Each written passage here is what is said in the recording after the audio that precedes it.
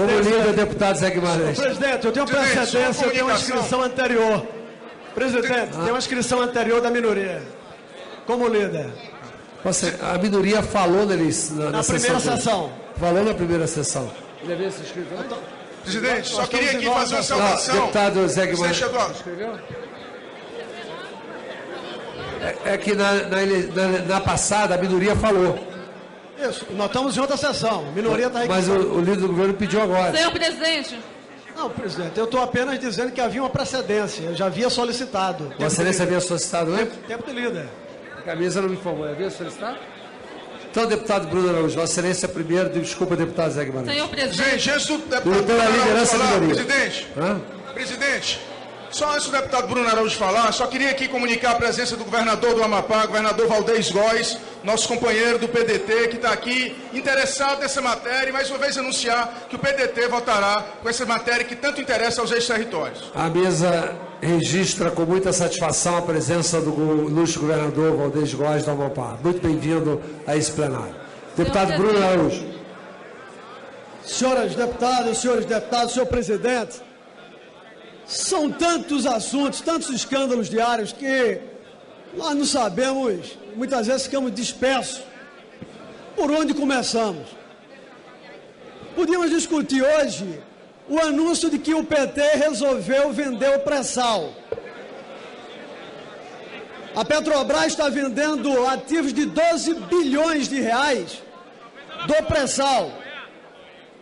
Ela não está vendendo, o governo do PT resolveu, não foi vender imóveis da Petrobras, não resolveu vender frota de veículos da Petrobras, não resolveu cortar despesas, não resolveu aprofundar as auditorias dos escândalos de corrupção.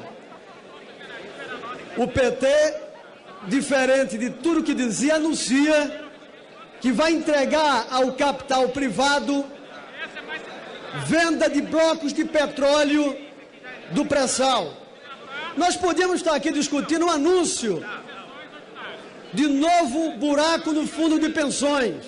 Se não bastasse os funcionários dos Correios cumprir o rombo do Postale, agora eu anuncio que os funcionários da Caixa Econômica Federal, que foram tomados de medo na eleição passada com o que o PSDB podia fazer, foram comunicados que vão ter que botar dinheiro de seus salários para cobrir o buraco dos demandos da FUNCEF. Ou a notícia da Pronatec, do Pronatec, que adiou o início das aulas, sabe por quê? Por falta de recursos. Podia ser dos mais diversos temas, mas impossível tratar hoje uma nova prisão de um tesoureiro do PT.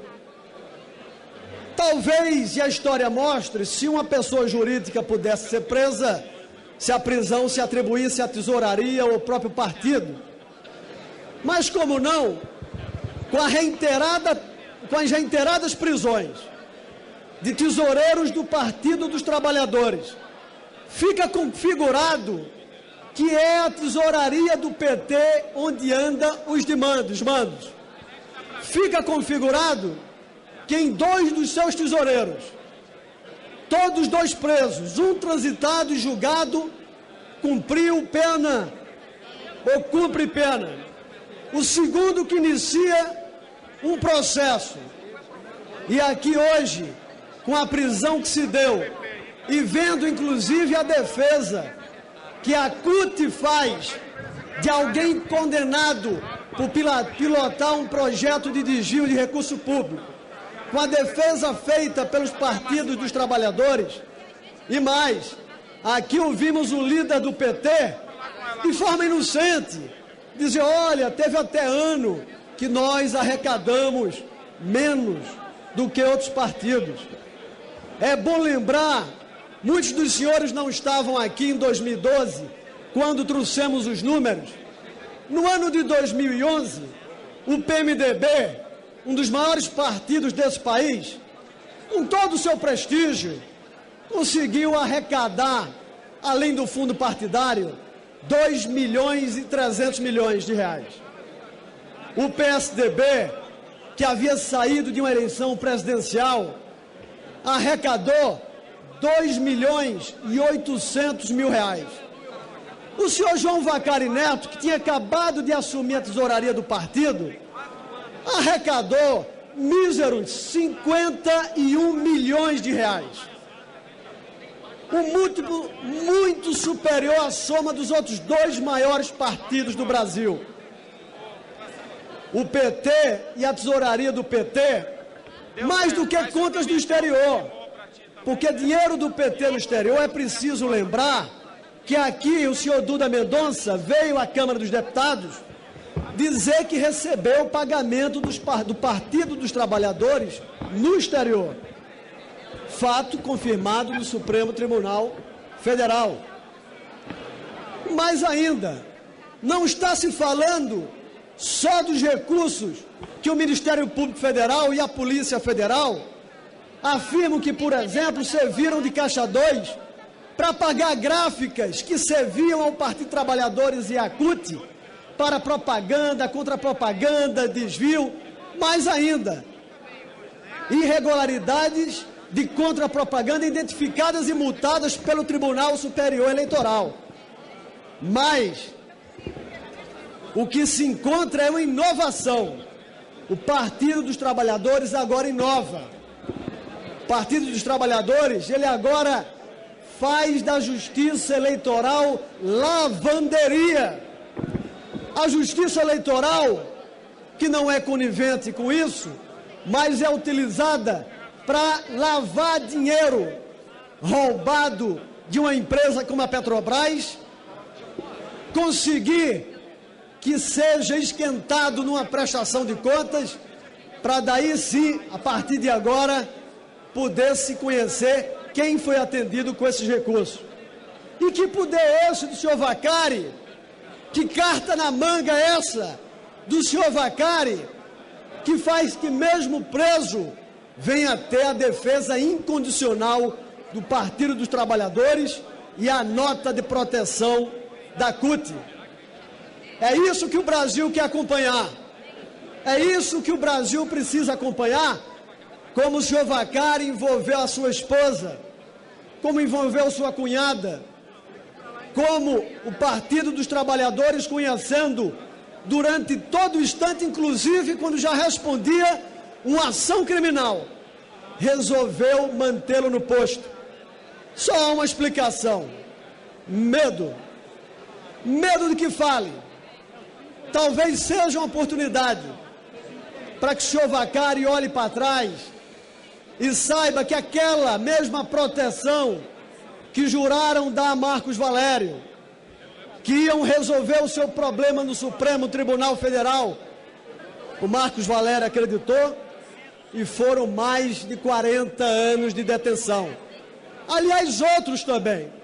Que o senhor Vacari faça uma reflexão.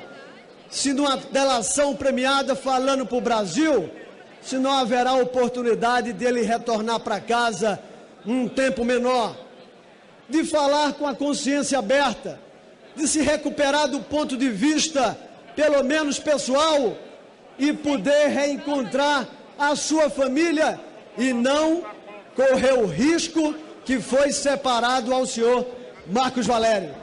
Por isso, senhor presidente, o Brasil cada vez mais assustado assiste e esperava. E para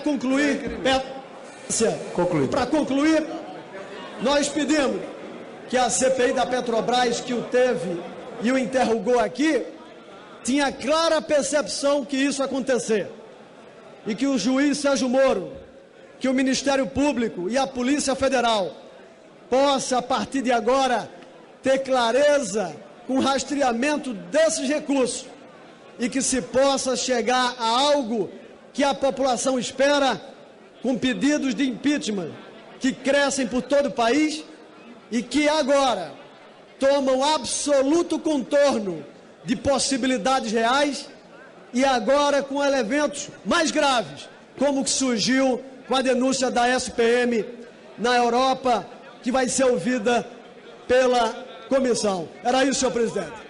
Para falar como líder, então, o deputado Zé Guimarães, pelo governo.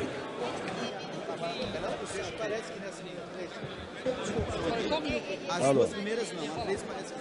Isso aqui é o...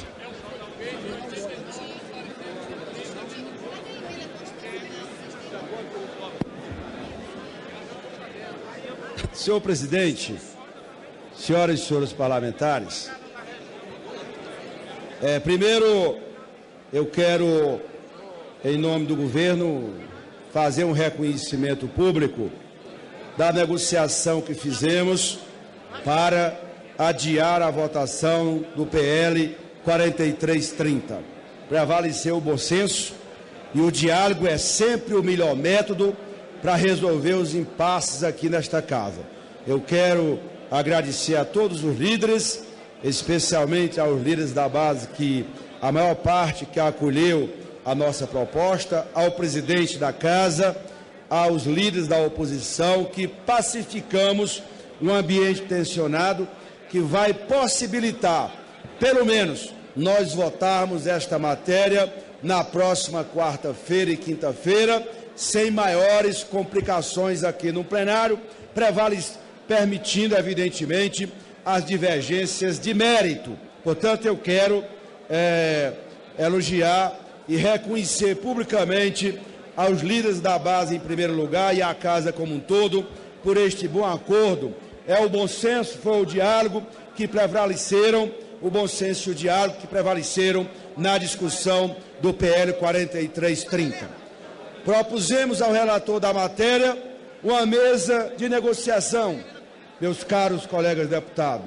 A partir de amanhã, o relator, os empresários, as centrais sindicais, o Congresso e o governo, uma comissão quadripartite para discutir o mérito da matéria e aí buscarmos, se der, o entendimento até a próxima quarta-feira, deputado Chico Alencar, e vamos trabalhar nessa perspectiva, evidentemente, permitindo a divergência de mérito, que é também muito salutar num debate de uma matéria de tamanha dimensão que diz respeito ao funcionamento da economia brasileira. Portanto, nós vamos trabalhar até quarta-feira para buscar o melhor caminho que preserve, a partir de uma questão central para o governo, que é a questão dos trabalhadores.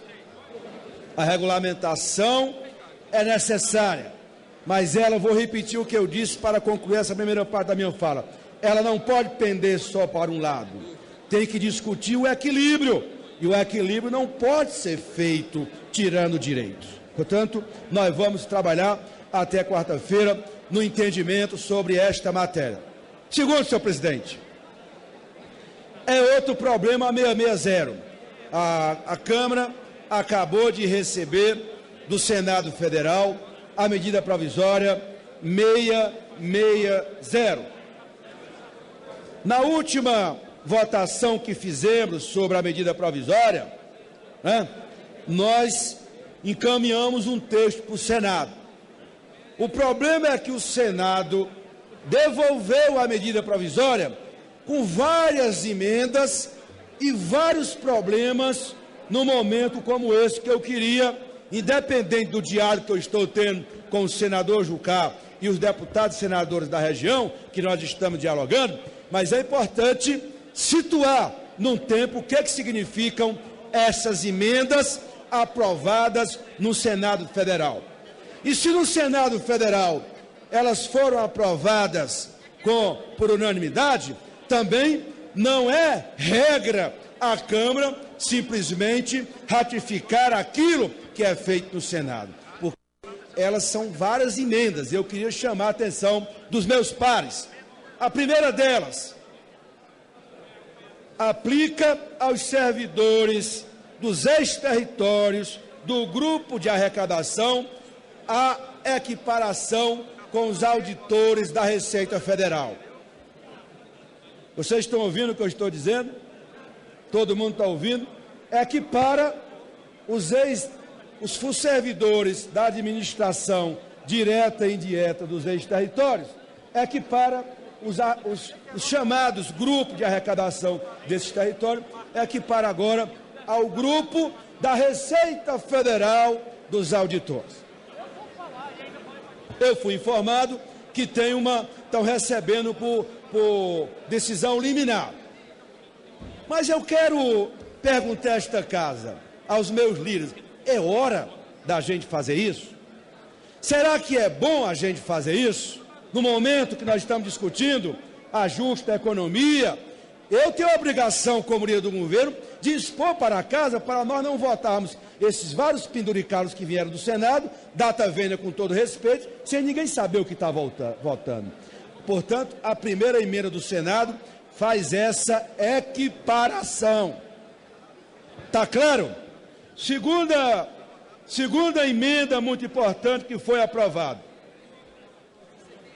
Vejam aos parlamentares dos outros estados. Eu não sei sinceramente como é que o Senado votou isso.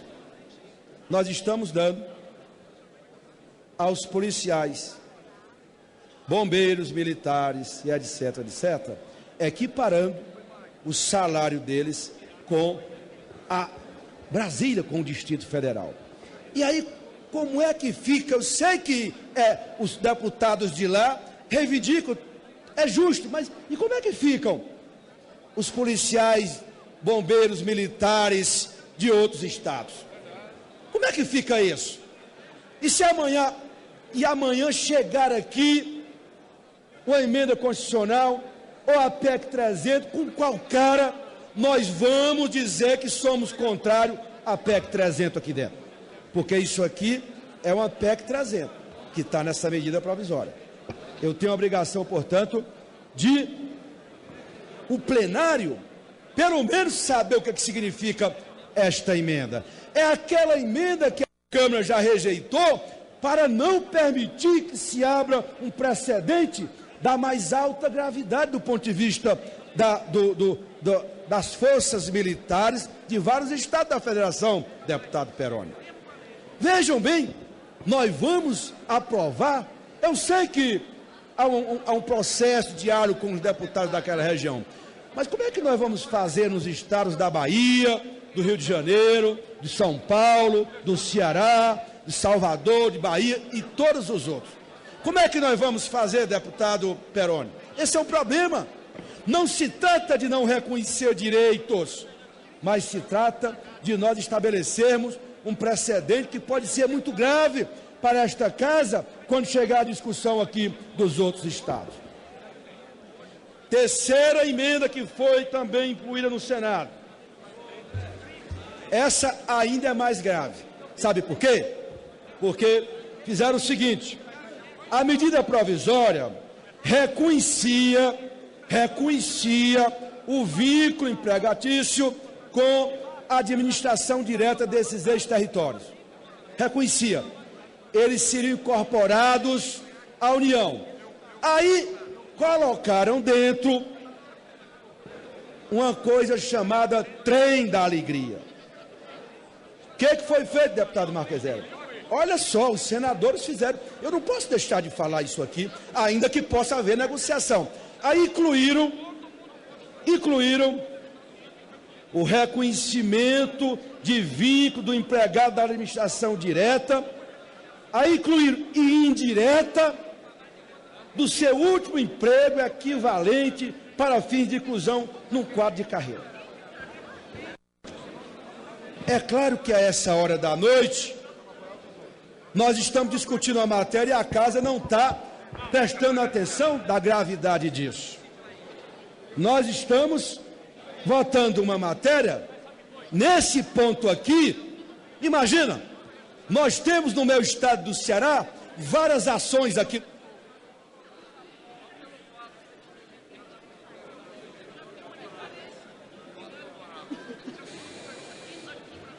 Portanto, o meu estado, por exemplo, tem várias ações aqui.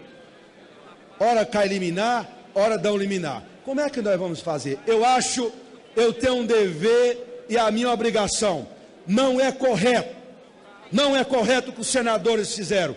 Eu respeito, mas isso aqui, eu não diria nem todas as 3 emendas, mas essa última, sobretudo, é um verdadeiro trem da alegria que nós não podemos permitir. Aliás, ontem, Nós votamos uma matéria aqui que tem como princípio o concurso público.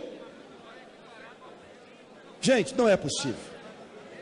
Não é possível eu deixar de encaminhar contra essas emendas, fazer esses alertas. Estou disposto a dialogar, mas não nessa dimensão, porque não dá para ser desse jeito. Porque daqui a pouco, a União não cabe mais ninguém. E o ajuste fiscal? E o manifesto que nós assinamos? Arranjo das contas públicas. Portanto, eu queria pedir a compreensão que os senhores líderes, deputados e deputadas, prestassem atenção nessas 3 grandes emendas que o Senado Federal aprovou. Portanto, eu não posso deixar, ainda que eu sei que a base votou no Senado, mas eu não posso deixar de alertar o plenário sobre a natureza dessas medidas, dessas emendas que foram incluídas na medida provisória 660. Nós fizemos um serviço aqui na última sessão, votamos, aliás, lembram os senhores, nós acolhemos a proposta da oposição, limpar a medida provisória, votar o texto original, e ela foi incluída muitas outras questões que comprometem o sério, e isso não é razoável a Câmara legitimar isso, senhor presidente. Muito obrigado. Para falar com o líder, deputado Carlos Sampaio, PSDB. Foi contra? Não passou aqui, né? Senhor presidente, senhoras e senhores deputados, temos um fato hoje inovador na política nacional, mas não inovador na vida do Partido dos Trabalhadores.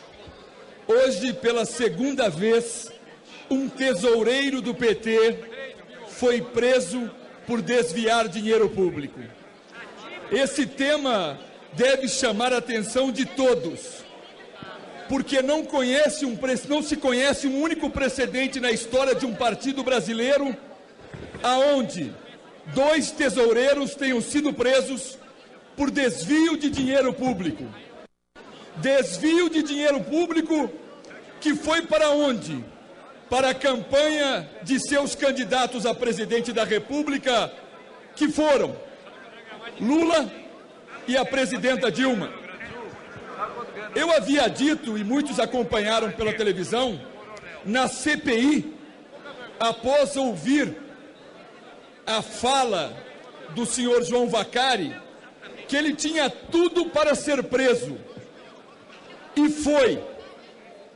Não fiz uma previsão e nem me coloco na posição de um adivinho. As evidências, o conjunto probante, as provas trazidas à baila eram inequívocas. Inequívocas por quê? Porque a denúncia formulada pelo Ministério Público embasou-se em 5 delações premiadas, todas elas a evidenciar o envolvimento do tesoureiro do PT na irrigação das campanhas do ex-presidente Lula e da presidente Dilma Rousseff. Mas não é só. Naquela oportunidade, peço atenção dos colegas deputados e deputadas, eu fiz uma pergunta ao senhor João Vacari. Eu falei, senhor João Vacari, o senhor em 2003 foi denunciado por lavagem de dinheiro, por corrupção, por formação de quadrilha e pelo desvio de 70 milhões de reais. Indaguei eu porque não poderia deixar de fazê-lo e sem nenhuma ironia. Eu perguntei a ele, o senhor foi escolhido para ser tesoureiro do PT no ano de 2010. Eu me dou o direito de perguntar ao senhor Vacari, será que foi o seu currículo criminoso que motivou o convite que fora feito pelo Partido dos Trabalhadores? Sim, a pergunta tem uma razão de ser. O antigo era corrupto, lavou dinheiro e foi preso, o Delúbio. Evidentemente, escolheram algum que tivesse o mesmo perfil. Corrupto, lavou dinheiro, desviou 70 milhões, prejudicou o erário público. Talvez seja uma coisa recorrente e até involuntária, mas o PT acaba buscando para a tesouraria pessoas com deformações morais e com formações criminosas. E nós temos a obrigação de dizer isso ao Brasil. porque ao final da minha fala, eu disse em alto bom som ao senhor Vaccari: senhor João Vaccari, o senhor tem tudo para ser preso e o PT para ser extinto. A primeira parte está realizada. A extinção do PT talvez demore um pouco mais, mas acho que já se avizinha.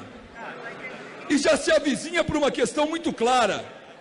A presidente Dilma, com a prisão do Vaccari, tem a sua campanha comprometida, porque que se prende o tesoureiro do PT, que viabiliza dinheiro para a campanha da presidente Dilma, qual que é a conclusão óbvia? Dinheiro público abasteceu os cofres da campanha da presidente Dilma. E aí as pessoas perguntam: mas é possível falar-se de impeachment? A evidência que é possível falar-se de impeachment. O crime de responsabilidade que ela pratica, os crimes que ela praticou na omissão do seu dever de fiscalizar a Petrobras, e a última informação de que a CGU, a Controladoria Geral da União, segurou informação da SBM, uma empresa holandesa, que em agosto do ano da eleição, em agosto, entregou todas as provas à CGU. A CGU instaurou um procedimento no dia 17 de novembro.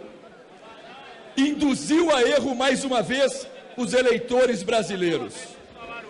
Resumindo, amigos, não é mais possível, o Brasil não mais suporta e nós não vamos nos quedar inertes diante de tanta corrupção assombrando a este governo da presidente Dilma. Ela destruiu a Petrobras. Parece-me que nos idos de 1995, disse aqui o major do nosso partido, que ela montou uma empresa, que a empresa que montou quebrou.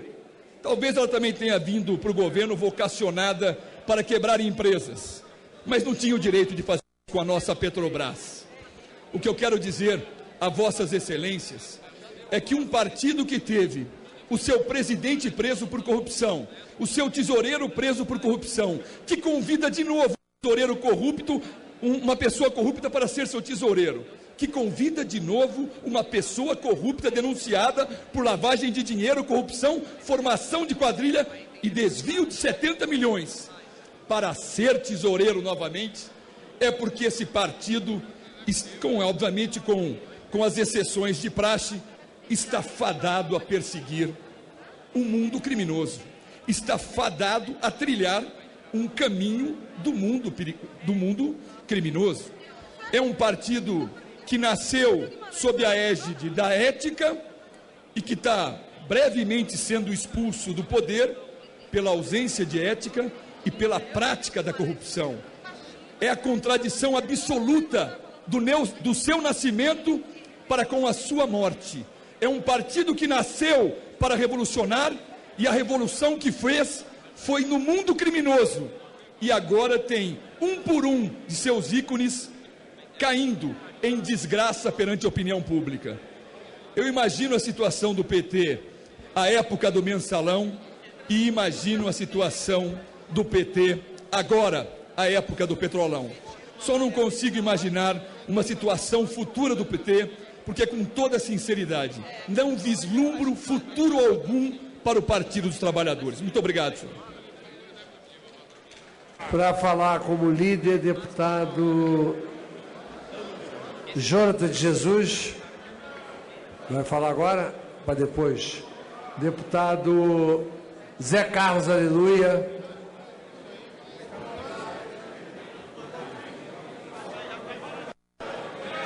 Senhor presidente, vamos votar, senhor presidente. Vamos votar, senhor presidente. É regimental, todos os líderes inscritos têm o direito de falar, não há o que a presidência possa fazer. É regimental, mas eu peço aos líderes que nós possamos começar o processo de votação, porque os líderes estão falando com direito regimental, mas nada tem a ver com o tema a ser votado aqui, senhor presidente. Mas é essa matéria que nós discutimos aqui. No regimento de hoje é o que permite. Deputado Zé Carlos Aleluia. Peço que reponha o tempo, viu, senhor presidente? Senhor presidente, quando Vossa Excelência anunciou que por uma concessão do líder Mendonça Filho eu falaria como líder, Eu presenciei que alguns deputados da base do governo e do PT... É regimental, todos os líderes inscritos têm o direito de falar, não há o que a presidência possa fazer. É regimental, mas eu peço aos líderes que nós possamos começar o processo de votação, porque os líderes estão falando com direito regimental, mas nada tem a ver com o tema a ser votado aqui, senhor presidente. Mas é isso, essa matéria que já discutimos aqui. No regimento de hoje é o que permite. Deputado Zé Carlos Aleluia. Peço que reponha o tempo, viu, senhor presidente? Senhor presidente, quando Vossa Excelência anunciou que por uma concessão do líder Mendonça Filho eu falaria como líder, eu presenciei que alguns deputados da base do governo e do PT demonstraram preocupação e quiseram fazer com que eu não falasse. Mas vocês fiquem tranquilos, o que eu trago aqui interessa a vocês também. Eu tenho conversado, o que tenho ouvido na rua, com deputados de todos os partidos, inclusive do PT. Muitos deputados do Partido dos Trabalhadores estão preocupados com a situação do Brasil. Nós aqui subimos, falamos que Bacari foi preso, que isso e aquilo, mas as pessoas em casa estão recebendo a conta de luz mais cara. As pessoas em casa estão percebendo que o feijão, o arroz, a carne está custando mais caro. Então nós estamos vivendo no Brasil, além de uma crise moral, que às vezes não afeta as pessoas diretamente, uma crise de sobrevivência. Acumulou uma série de coisas que são consequências, e eu tenho respondido muitas pessoas, não só da roubalheira da Petrobras em Baçaí. Não é só a roubalheira na Petrobras que está fazendo as pessoas sofrerem. Está fazendo as pessoas sofrerem é que a economia parou, os empregos sumiram e os preços subiram. Portanto, o Congresso precisa se debruçar sobre questões que possam ajudar a população. Eu sempre digo, deixa a parte da investigação com a CPI, deixa a parte da investigação com o Ministério Público, com a Polícia Federal, que, aliás, hoje prendeu o tesoureiro do PT e prendeu diretores da Eletronorte, o que mostra que a organização criminosa montada por Lula não é só na Petrobras e não é o Bacari o culpado, é a organização toda. Mas nós precisamos, como não temos eleição amanhã para presidente, nós precisamos ver uma forma de fazer com que o país funcione durante esses quase 4 anos de um governo que nasceu parecendo aquele filme do Benjamin Button, que nasceu velho. Esse governo nasceu velho. Quem sabe, Espiridião, que ele não vai ficando mais novo, que a população não aguenta. Mais velho que está, não pode. O Partido dos Trabalhadores, o líder do governo, os companheiros responsáveis do lado de lá, podem ter certeza que nós não queremos desestabilizar o governo. Eu entendo que o grande problema da presidente não é apenas que ela está com a popularidade baixa. Ela está com a popularidade baixa, Jandira, e está com a credibilidade morta. Ela não pode ir na televisão, porque as panelas começam a bater e as luzes começam a piscar. Então é preciso que o Congresso entenda que neste momento, mais do que em todos os momentos que eu vivi nesse Congresso, e eu vivi a cassação de Collor, nós temos uma presidente sem autoridade, sem liderança, e que o Congresso não pode sair fazendo coisa errada para prejudicar a vida nacional. Eu tenho absoluta certeza, Se tiver de caminhar para o impeachment da presidente, mesmo assim, o Brasil tem que continuar governável. Eu me recordo que na véspera ou na antevéspera da queda do presidente Collor, nós aprovávamos no parlamento, aqui na Câmara, leis importantes como a lei dos portos. É preciso ter o sentimento patriótico, o sentimento da noção de governabilidade, entendendo que o Vacari preso é apenas uma presa a mais de uma organização montada que tem chefe, e o chefe chama-se Luiz Inácio Lula da Silva.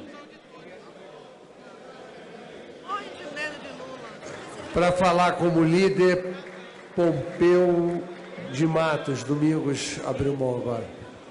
Pompeu de Matos. E ela quer...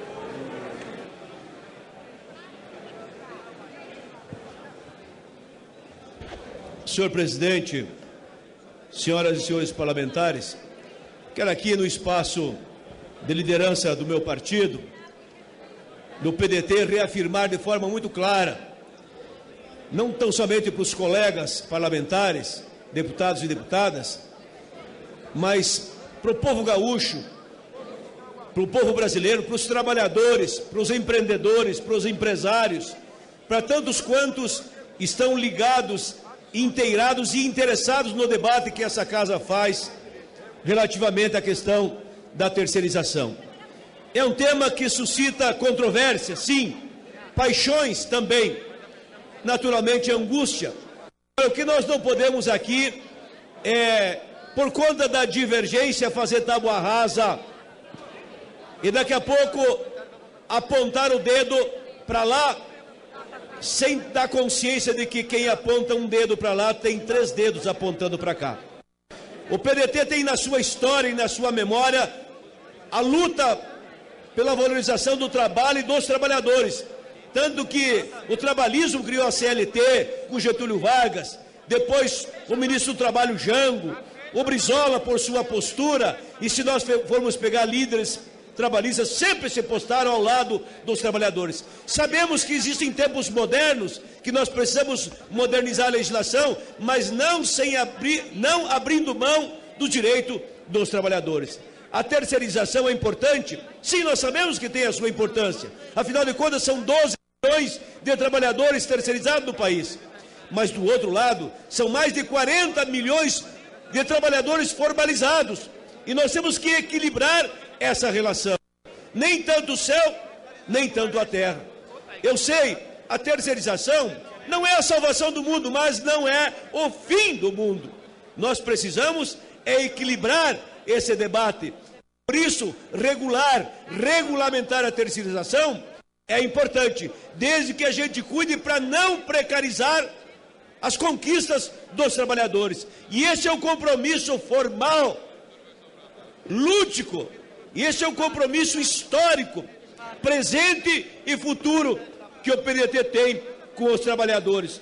O que nós queremos é exatamente ter a compreensão, nem tanto o céu, nem tanto a terra. Nós aqui, por exemplo, quando foi votada a terceirização, deixamos bem claro de que nós não aceitamos não só a precarização, não aceitamos, como não queremos a terceirização da atividade fim.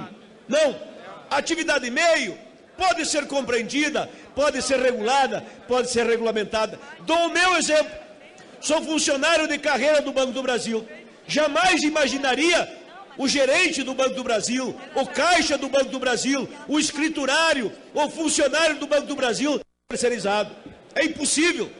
As empresas têm o seu patrimônio físico, têm lá as suas máquinas, equipamentos, prédios, como um patrimônio palpável, tangível, mas o patrimônio intangível e maior, às vezes, do que o próprio patrimônio da empresa formal, é o patrimônio do cabedal dos seus trabalhadores, que lá tem a memória, tem a qualidade, tem a qualificação, tem a trajetória, tem a hierarquia, tem os serviços prestados. Então nós temos que valorizar os trabalhadores em todos os sentidos, não deixar de dar oportunidade aonde precisa ter o terceirizado, mas não deixar precarizar o trabalho, como alguns pregam por aí. E não aceitamos a pecha de que o PDT está alinhado entre aqueles que estão desmoralizando, desvalorizando a CLT, desmoralizando o trabalho e as conquistas dos trabalhadores. Não! O PDT tem linha, tem norte, tem rumo e tem direção. E nós nos inspiramos na Constituição brasileira, nos direitos adquiridos, nós nos inspiramos na consolidação das leis do trabalho, nos avanços que nós conquistamos a duras penas, e cujos embates e cujos debates o PDT esteve na frente.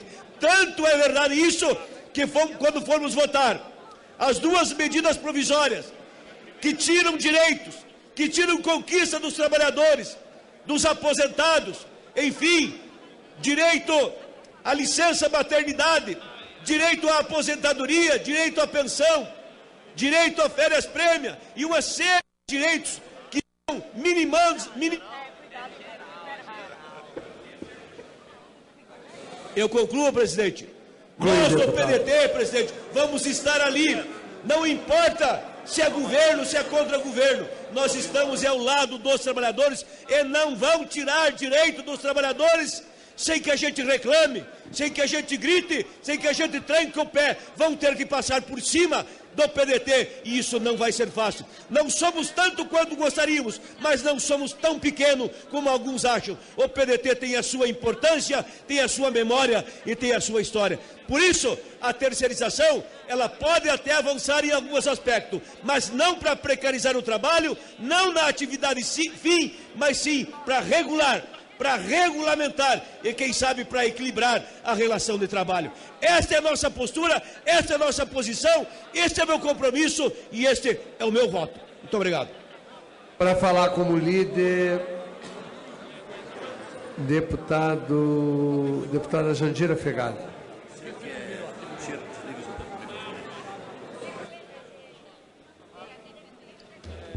Presidente, eu não iria me inscrever, não fosse alguns discursos aqui de líderes, como do PSDB e a fala do DEM. O governo que está no Planalto não é um governo apenas do PT. Esse é um governo de coalizão de vários partidos e chegou ao Planalto pela 4ª vez este projeto, sustentado por essas forças e pela maioria do povo brasileiro. Ora, quando nós vemos aqui reiteradamente discursos pedindo impeachment sem nenhuma base jurídica, quando a gente vê o ex-candidato que não aceita a sua derrota, mais uma vez expressa isso, se reunindo com movimentos que não têm qualquer tradição neste país, e algum deles inclusive financiados por capital estrangeiro, para ver como é que estrutura manifestações que agora não são mais manifestações contra a corrupção, porque contra a corrupção todos nós vamos para a rua, porque isso é unidade política, não pode ter corrupção nem em governo, nem em entidade privada, nem em lugar nenhum. No entanto, as manifestações cada vez mais se afunilam para uma posição de impeachment e de interrupção golpista do governo Dilma. Ora, por que será que as manifestações reduziram de tamanho? Por que será? Alguém se perguntou? Reduziu de tamanho porque a sociedade não está nessa. Manifestações fascistas que pedem intervenção militar, inclusive com faixas escritas em inglês, agredindo pessoalmente a presidenta, com visões fascistas, não mobilizam a maioria da sociedade. Não mobilizam a maioria da sociedade. Da mesma forma, esses movimentos não conseguem manter mobilização porque não são movimentos sociais organizados. Eles não representam nada nem ninguém, exceto essas posições minoritárias e fascistas que tem no Brasil. Portanto, vocês deveriam, com a quantidade de votos que teve o candidato Aécio Neves, deveria ter maturidade e bom senso, respeitar o seu próprio eleitor, não se envolver com coisas menores, com posições irresponsáveis, com posições de golpe e de fascismo, até porque a sociedade saberá resistir aqui dentro, nas ruas ou em qualquer lugar que seja necessário para evitar posições fascistas e golpistas. Aliás, as ruas já mostraram que mexem com esse plenário. As ruas mostrarão que não aceitarão golpes e fascismos. E o senhor Aécio Neves, que se cuide, porque os votos que ele teve não se repetirão caso mantenha uma atitude irresponsável, desrespeitosa com a sociedade brasileira e que se equipare aos fascistas e golpistas que têm saudade da sua história autoritária e de cerceamento da liberdade. Até porque essa história já foi para um lugar devido, foi para o lixo. Essa história já foi para o lixo e é no lixo que ela tem que ficar. E não é imaginável ou aceitável que pessoas que têm voto na sociedade ou partidos que aqui se representem se somem a essas atitudes que o povo brasileiro, na sua maioria, vai repudiar e devolver ao lixo se assim se mantiverem nessa posição. Muito obrigado, presidente. Para discussão de líder não tem mais ninguém. Discussão da matéria, para falar contrário, deputado Glauber, contra a medida provisória.